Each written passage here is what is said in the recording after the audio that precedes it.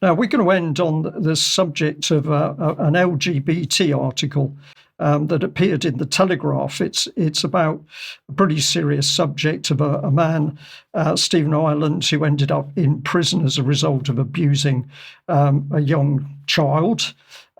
This was the Telegraph's headline: "If the council had listened to me, this paedophile would have been stopped." And it goes on to say, in 2021, reports of a Surrey Pride founder's abuse of power were ignored. 4 years on, he's been jailed for a string of sexual offences. Now, there's all sorts of things in this report. I haven't got much time during the news, but I will go into it more with UK Column Extra. But let's just have a look at the key facts. Now, part of the Sun's report, with a different set of pictures about this man, is that the 4-week trial followed an extensive investigation by Surrey Police's Complex Abuse Unit.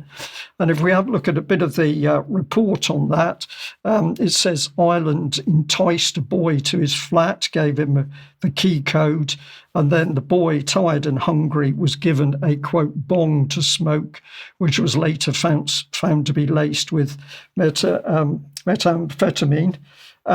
Pornography was played on a laptop, and then he was raped by Ireland and the assault filmed for the sadistic enjoyment of their cohorts.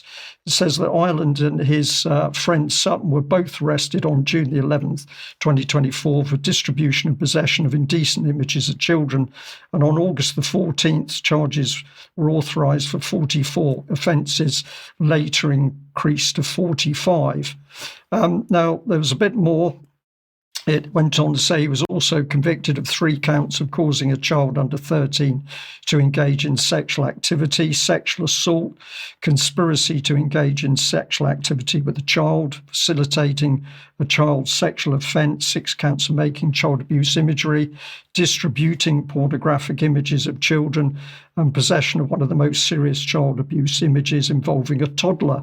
Sutton, who was a Surrey Pride volunteer, was sentenced for offences including voyeurism and possession and distribution of prohibited images of children.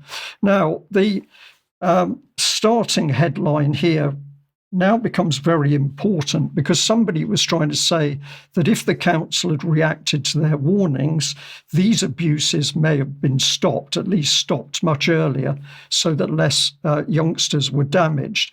And if we get into the report, what is interesting is that members of the LGBT community themselves were trying to warn what was going on.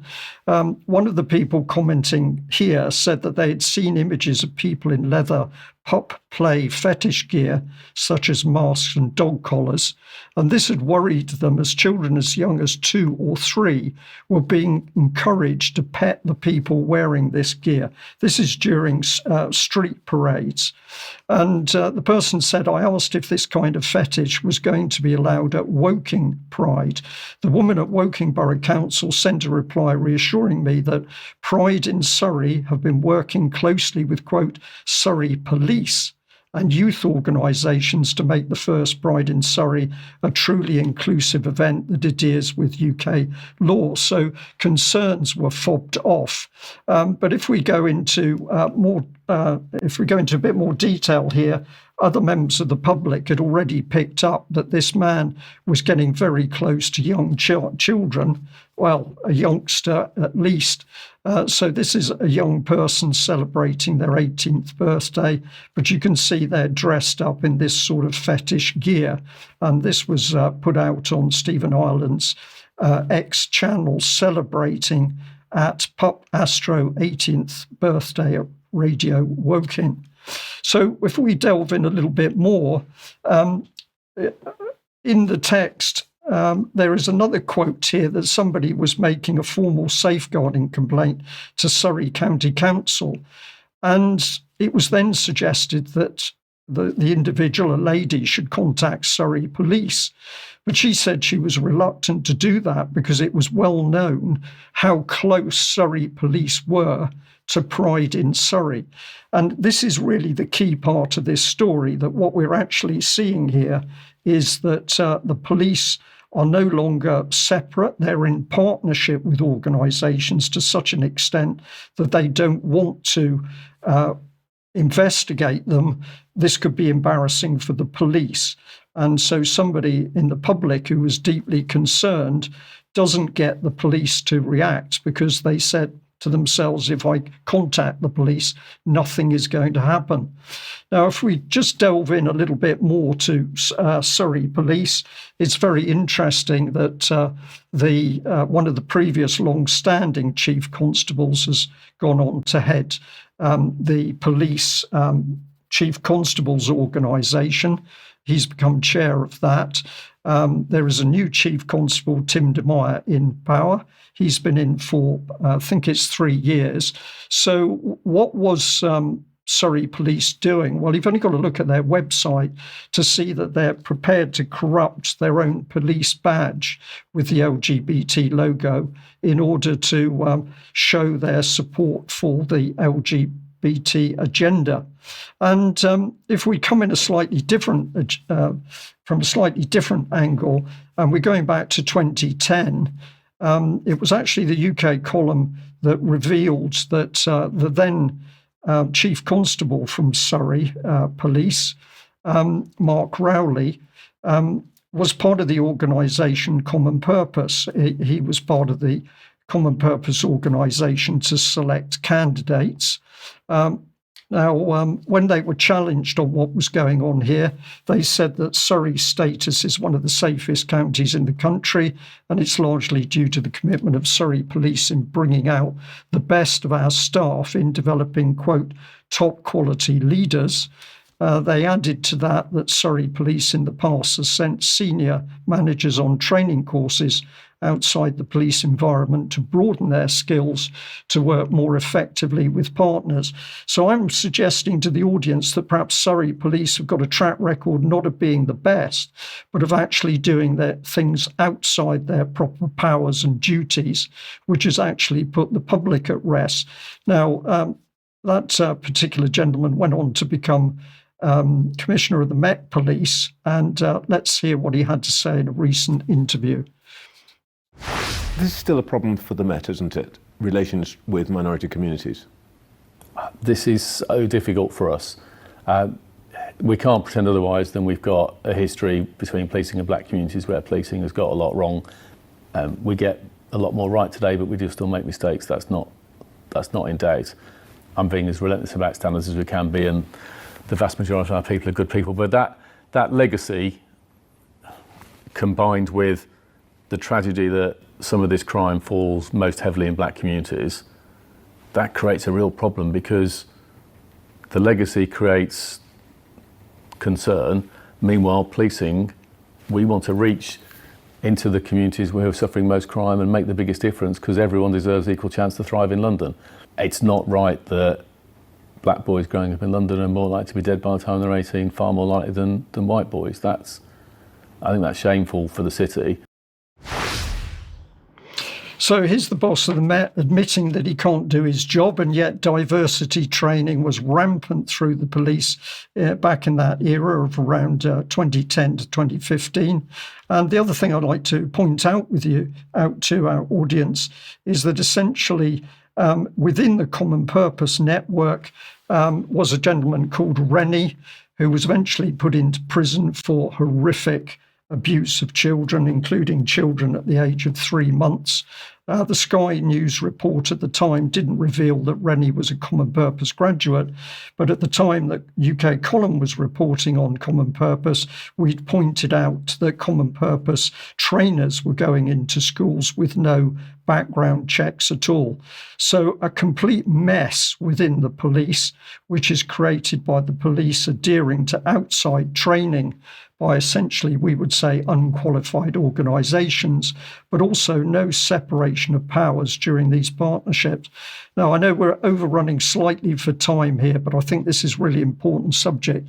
And Ben, I'm just going to say to you that this is really one of the things that you've been warning about with your public-private partnerships, where we're getting a mix between outside bodies and formal constitutional structures like the police.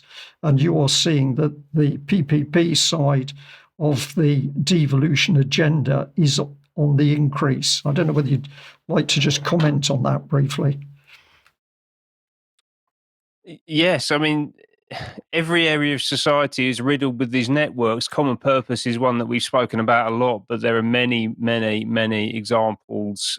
Some of them linked into common purpose, some of them independent from it, all of them driving in the same direction ultimately. And they have created a marketplace out of this. So they're getting paid a lot of money to deliver this training and to transform society. And this is the agenda, the change maker agenda that is enabling the transformation of the system, and essentially it's infected it at every level. Yeah. Ben, thank you very much for that. Now, Diane, just bring you in to close, because we decided after a pretty heavy news from the column today, our viewers and listeners might need a little bit of a lift up. What have you got? Yeah, thanks, Brian. I just wanted to maybe reflect a little bit on the actual summer weather that we had over the weekend here in this country. Unfortunately, mainstream media tried to fill us with fear about the fact that we were having summer. This is from the Mirror, posted on Friday on Facebook, saying Brits were warned not to consume fizzy drinks this weekend as temperatures to hit 33 degrees Celsius. Now, I don't know if carbonation means that it heats us up, but anyway, I looked at the actual article, and it basically was a warning from the UK Health Security Agency to issue heat health alerts across the nation. And it said that basically, while water and diluted squash are top picks for hydration, fruit juice and sugary fizzy drinks could lead to further dehydration due to their high sugar levels, as stated in the official heat wave guidance. So this comes from UK HSA as well as gov.uk. Sugar, it's not the carbonation. So it's interesting how they like to mislead the headlines to make people click on them. This was just another meme that I saw over the weekend. This is the climate propaganda coloring book. And so, as you know, we've seen all of these red colors. So now we have crayons. And the crayons that it comes with are sort of a bright orangey red, a regular orange, a dark purple, and what is either a black or a brown. So that must be for the really, really hot, burning up areas of the country. You can color those in. And, you know, but I have to say, I personally enjoyed the heat over the weekend, although it was a bit uncomfortable, but I loved it mostly. I was in Durham on Saturday, and I took this picture Saturday morning in Wharton Park, which is right in the city center of Durham.